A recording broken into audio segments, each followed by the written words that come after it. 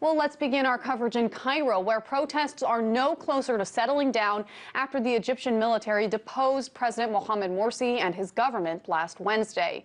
Instead, dual protests are underway in the country, some supporting Morsi and the Muslim Brotherhood, and others backing the military and the opposition.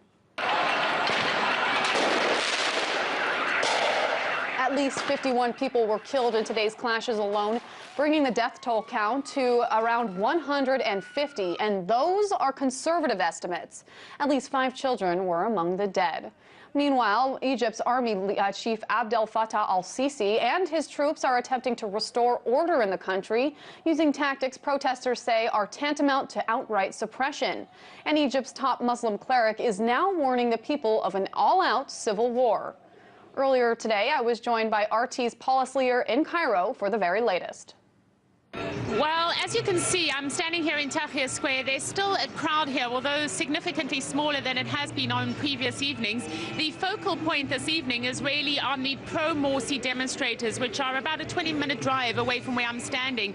They are calling what happened this morning, the death of some 51 people and some 233 people injured, a massacre. What they're saying is that they want the army to answer for what they say was the army's execution of their members. We're hearing conflicting reports in terms of exactly what happened this morning. The army saying that they were acting in self-defense, but the Muslim Brotherhood supporters saying that they were attacked while quietly praying in the pre-dawn hours of this morning. There needs to be some kind of clarity, but certainly tension is running high and a lot of anger on the streets of Egypt tonight.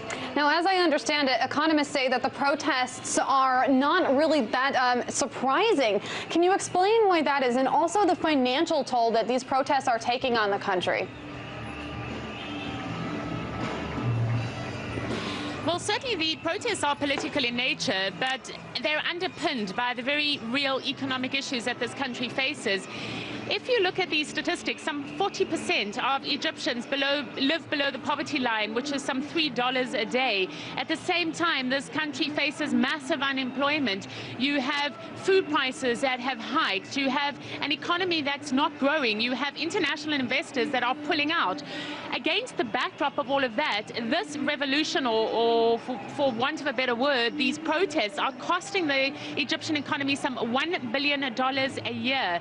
Now, one of the reasons given for why Mohamed Morsi became so unpopular after just 1 year in office is partly because he spent that year trying to consolidate his grip on power on the country. People here are saying he did not spend enough time addressing the real economic concerns that they have. So this new interim government that is being established is going to have to place a lot of attention on economic concerns. But first and foremost, we need an interim government to be formed.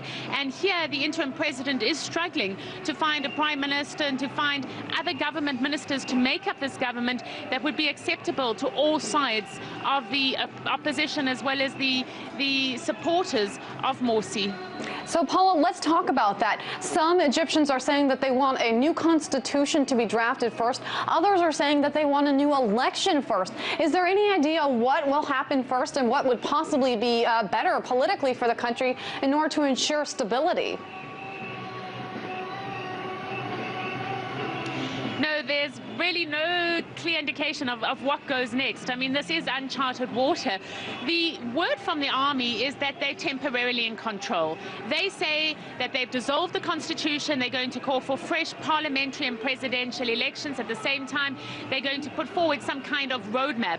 The question is, of course, whether or not they stick true to their word. And there is a lot of concern on the Egyptian street that the army is not going to hand over to civilian rule. But let's put that aside for a moment and assume that they are. Even if they do, there needs to be some kind of interim establishment in the meantime. And here, as I say to you, we have a problem with the current interim president who 2 days before his announcement had just been appointed the head of the Constitutional Court here.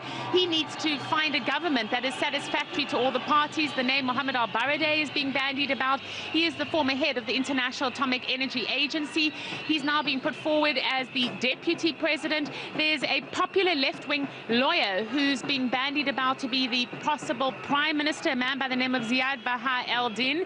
But again, because you have so many different conflicting political viewpoints, it's going to be quite touchy to try and get everybody to agree to all of this. And then what's the next step? Well, the next step really is drafting a new constitution, having new elections, but you're also going to have to deal with the very real popular anger on the street. And while all of that political progress is hopefully going to happen one day, you have the very real threat of further clashes, further demonstrations and further instability here in Egypt. And Paula, I'm very glad that you brought up the name Mohammed el-Baradei, because that name was thrown out as being prime minister, the next prime minister. It wasn't only thrown out, it was announced and then rolled back. And that was because of the Salafist Noor Party. They rejected him and spoke out against him. So if the Noor Party is so much a part of this process, this Islamic group is so much a part of this process, are we repeating history here? What does it say about the role that Islamist groups continue to play in that country? There certainly is a sense that history is repeating itself. On the point of Mohammed el-Baradei, there's a lot of skepticism around him by those who feel that he's really, for lack of a better way of putting it, a puppet of the West. You need to remember that he did stand for the presidency some 2 years ago. He did not get in. The criticism at that stage was that he's too tightly aligned with Washington, and it's still a criticism that surfaces today. There's a lot of anger on the streets towards the United States, and it's noticeably growing. I mean, I was on the streets, let's say, a week ago, and there's never been much popular support for Washington. But certainly this morning, when I was busy filming and talking to demonstrators, they blame the United States. A lot of them say that they pushed Morsi to come to power, particularly here in Tahrir Square. People are very anti-America. So Mohammed el-Baradei fits into that camp, and he doesn't have the credibility of a lot of Egyptians. When it comes to the Islamists, they too are very critical. I mean, they're divided amongst themselves. You need to remember you have a party like the Noor Party, which is the second largest Islamist party in this country. It's a hardline Islamist party, and it was part of the negotiations up until this morning. This morning, when you had the massacre, which is essentially what the Muslim Brotherhood is calling the deaths of more than 50 people, then the Noor Party withdrew from talks and says that they're not going to have anything to do with negotiations. There needs to be international intervention. That's what they're calling for. They're also, and here I'm quoting the Brotherhood, saying that there needs to be urgent intervention before this country turns into a second Syria. So you have these allegations of the United States and the West being involved. As for the Islamists, there's growing concerns that Morsi was applying his own agenda. He was turning this country into a more Islamist state. And of course, this is a big concern, not only for the Christians in this country, but for the more moderate Islamist Egyptians as well. So there's a lot of issues at play here. And I think the fairest way to summarize the situation is to say there's a lot of confusion, a lot of anger, and a lot of issues that an interim government needs to address, and address quickly. It's a very volatile situation in Egypt right now, and there's no saying when these protests will end and who will end up in power at the end of it. RT Middle East Bureau Chief Paula Sleer.